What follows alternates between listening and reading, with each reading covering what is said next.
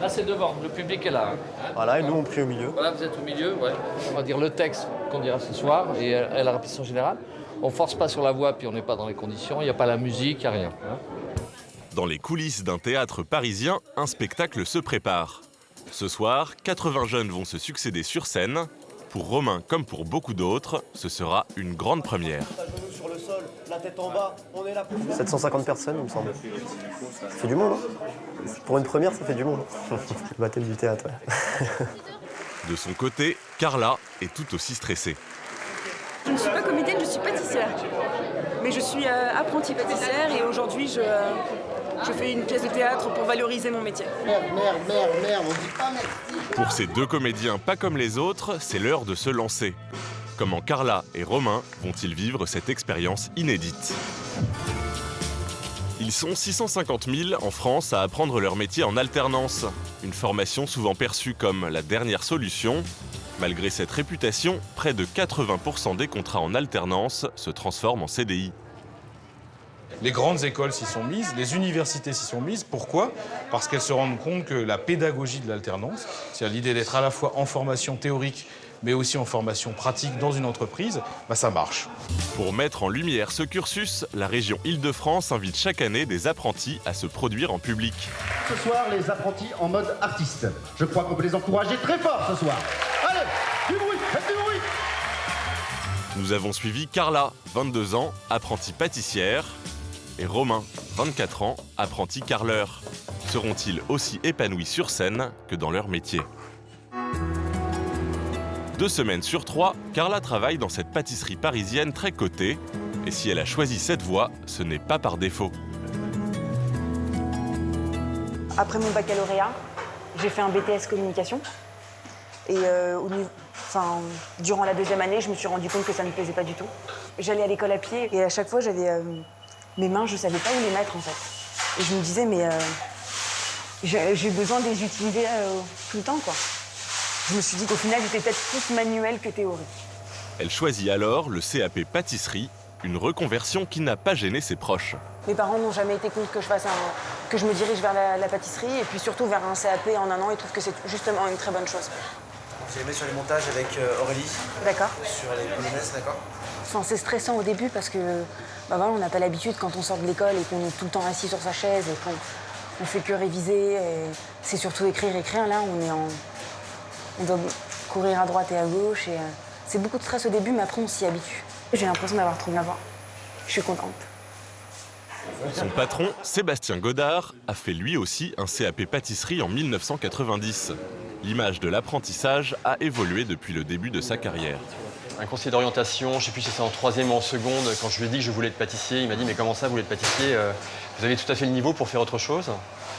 Le CAP était présenté comme une voie d'échec, en fait, qui était une espèce d'issue de secours pour sortir du circuit scolaire traditionnel. Alors qu'aujourd'hui, les jeunes gens qu'on est amenés à intégrer à notre équipe sont plus impliqués et ont vraiment envie de réussir. Enfin, ils le font parce que c'est quelque chose qui leur plaît vraiment.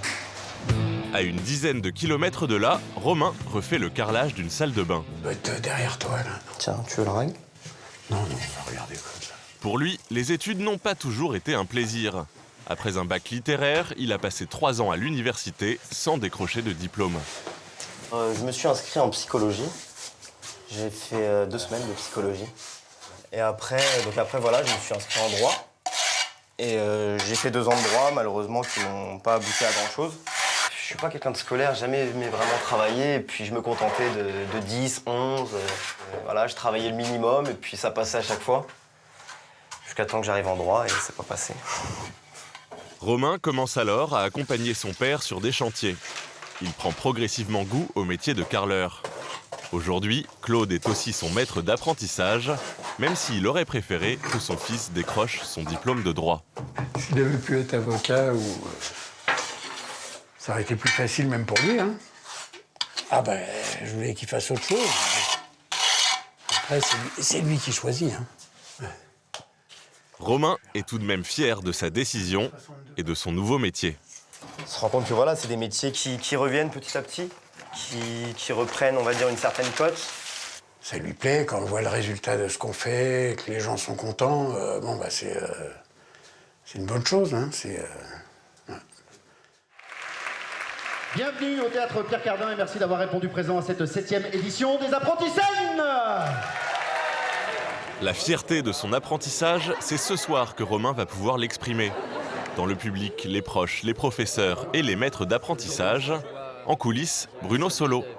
Le parrain de l'événement délivre ses conseils aux apprentis comédiens. Il faut avoir le trac un peu.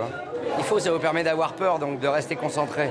Si vous êtes attentif à votre partenaire, si vous entendez ce qu'il dit, vous serez toujours dans le rythme. On l'a pris en compte, son conseil, on va essayer de le rétablir sur scène. Dans 15 minutes 15 minutes Allez, merde.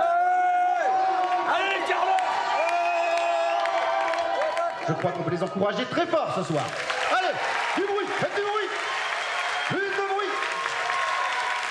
Ensemble, ils n'ont répété qu'une dizaine d'heures. Oh, j'ai faim.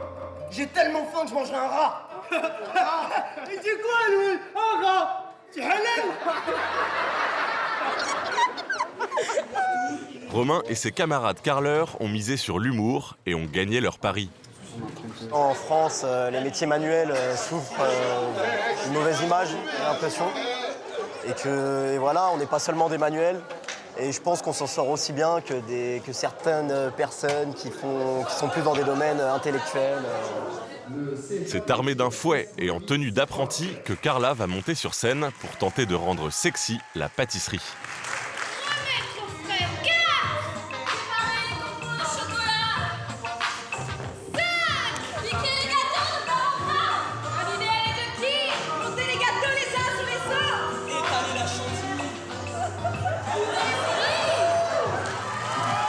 Le public a apprécié.